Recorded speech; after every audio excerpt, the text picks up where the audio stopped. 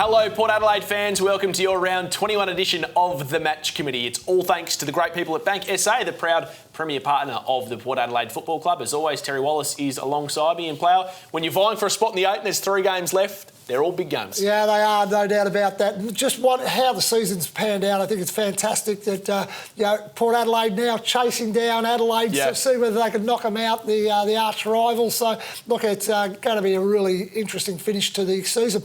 And the one thing with Port Adelaide, I know that they've been up and down, win-loss, but they were really good last week. I thought it was one of their best wins for the year, and certainly away from home. So I think that they can repeat that form and go on with that. And it looks like, Plough, that they got it right at the Match Committee last week as well. And I think that's been replicated this week and symbolised in the fact that they've made no change. So they host the Sydney Swans at the Adelaide Oval and they are completely unchanged. It also does mean that Ollie Wines still hasn't got up. We'll talk about that in a second. But 2 changes for their opponents, the Sydney Swans. Rampy and James Bell, who's on debut. Good luck to him. Kieran Jack, after 254 games, well, is it the end for him? He's been dropped, and James Rose dropped as well. But as always, Plough, we start with Port.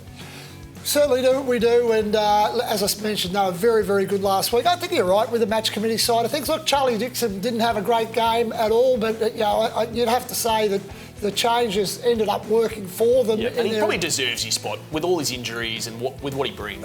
Look, and I just didn't think that they would change it back. Now, they gave Ryder the opportunity of having the number 1 ruck spot. I thought Lysette was really unlucky to go out, but Laddams did his bit by coming into the side, and he's re-signed with the footy club, so not really surprised.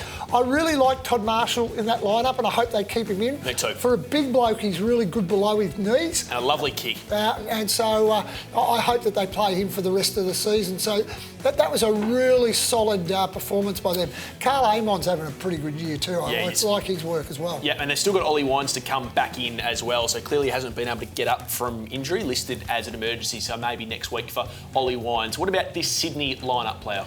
Well, I mean, they're up and down, but they've been relatively competitive. I mean, they were okay against Geelong 2 weeks ago. I did that game. They were very good last week against GWS and run them right to the wire. So they'll put in a solid performance. My worry with them still is when you have a look at that forward line, who is the locks to kick enough score for them to be able to impact the Port Adelaide side. So I think if Port Adelaide can keep Papley and Parker when he goes forward to a reasonable result, I don't see their key position players kicking much. It looks like on paper they're Plough an opening for Joe Danaher if he decided to make the move. Or probably an opening for Buddy Franklin at that point as well. A few years left on his contract. But yeah, look, I think that's where Port Adelaide could get them. I just don't know whether they can kick the score enough to be able to impact Port. Well, good luck on the weekend, Port fans. Let's hope it's another win. This is the Match Committee, all thanks to Bank SA,